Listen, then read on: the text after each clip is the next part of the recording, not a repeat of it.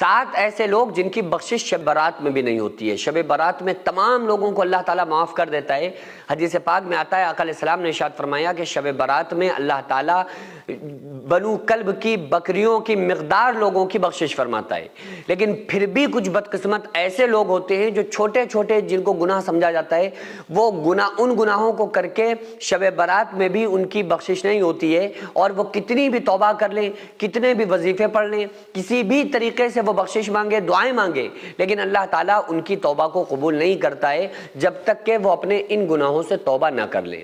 تو ہمیں یہ دیکھنا چاہیے کہ جو بھی ہم عبادات کر رہے ہیں، شب برات میں جاگ رہے ہیں، اس قدر عبادت ریاضت کر رہے ہیں، توبہ کر رہے ہیں، اللہ کے سامنے رو رہے ہیں، لیکن کیا فائدہ کہ اگر ہماری بخشش ہی نہ ہو ہمارے چند گناہوں کی وجہ سے، تو وہ کون سے گناہگار ہیں جن کی بخشش اللہ تعالیٰ شب برات میں نہیں کرتا۔ اور یاد رکھیں کہ یہ وہ گناہگار ہیں جن کا تعلق حقوق العباد سے زیادہ ہے،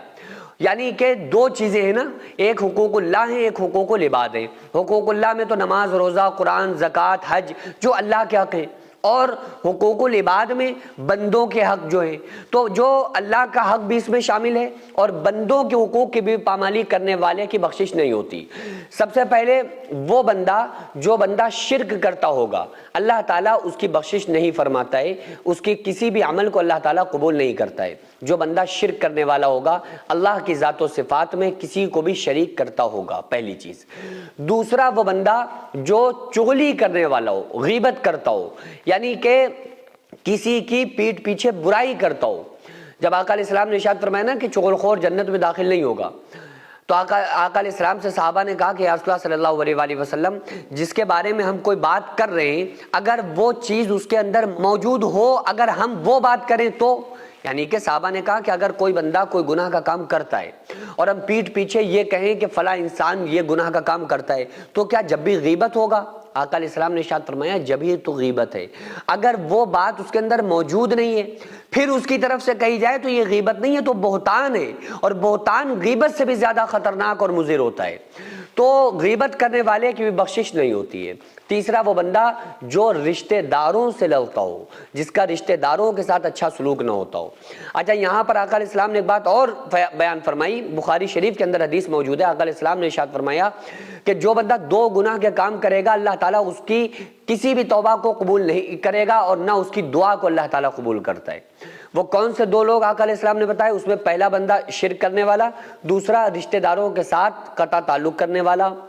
رشتہ داروں کے ساتھ برا سلوک کرنے والا، رشتہ داروں سے لڑنے والا۔ رشتہ داروں سے کوئی بندہ ناراض رہتا ہو یا رشتہ دار اس سے ناراض رہتے ہوں اس کی کمیوں کی وجہ سے، یہ نہیں کہ اب رشتہ دار بعض ایسے ہوتے ہی متفنی ٹائپ ہیں، انہیں مطلب ہی نہیں ہوتا ہے، وہ اپنے انا میں اور تکبر میں، جلن میں رہتے ہیں، تو آپ اپنی طرف سے غلطی نہ کریں، آپ اپنی طرف سے کہہ دیں کہ بھائی میں آپ سے رکھنا چاہتا ہوں اور میں رکھ رہا ہوں، میرے دل میں آپ کے لیے کوئی بات نہیں ہے، بات ختم ہو گئی۔ وہ اگر اپنا کوئی غیر شرعی کام کر رہا ہے یا جلن کپٹ حسد نفرت آپ سے رکھ رہا ہے تو وہ اپنا ذمہ دار ہوگا، ٹھیک ہے؟ تو غیبت نہیں کرنا ہے، رشتہ داروں سے نہیں لڑنا ہے، شرک نہیں کرنا ہے۔ اس کے علاوہ آقا علیہ السلام نے ارشاد فرمایا کہ شراب پینے والا، جو بندہ شراب پیتا ہوگا، جب تک کہ وہ توبہ نہ کر لے اس کی توبہ کو اللہ تعالیٰ قبول نہیں کرتا ہے، جب تک کہ اپنے اس عمل سے وہ توبہ نہ کر لے۔ اس کے علاوہ والدین کا نافرمان، اگر کوئی والدین کا نافرمان ہے نا، اپنے ماں یا باپ میں سے کسی کی نافرمانی کرتا ہے، تو اللہ تعالیٰ اس کی بھی بخشش نہیں فرماتا ہے۔ اور اس ضمن میں ایک حدیث میں آپ کو سناؤں کہ آقا علیہ السلام ایک مرتبہ مسجد نبوی میں منبر پر تشریف فرما ہو رہے تھے۔ جیسے ہی پہلی سیڑھی پر آقا علیہ السلام نے قدم رکھا، حضرت جبریل نے کہا کہ جو شخص رمضان کا مہینہ پائے اور اپنی بخشش نہ کرا سکے وہ ہلاک ہو جائے۔ تو آقا علیہ السلام نے ارشاد فرمایا آمین۔ دوسری سیڑھی پر آقا علیہ السلام نے قدم رکھا تو حضرت جبریل نے کہا کہ جس کے والدین یا دونوں میں سے کوئی ایک، یعنی باپ یا ماں، بڑھاپے کی حالت کو پہنچ جائے اور بیٹا اس کی خدمت کر کے، ماں باپ کی خدمت کر کے جنت نہ پا سکے، وہ بھی ہلاک ہو جائے، تو آقا علیہ السلام نے ارشاد فرمایا آمین۔ تیسری سیڑھی پر آقا علیہ السلام نے قدم رکھا، حضرت جبریل نے کہا کہ جو شخص محمد صلی اللہ علیہ وآلہ وسلم کا نام سنے اور درود نہ پڑھے وہ بھی ہلاک ہو جائے، آقا علیہ السلام نے ارشاد فرمایا آمین۔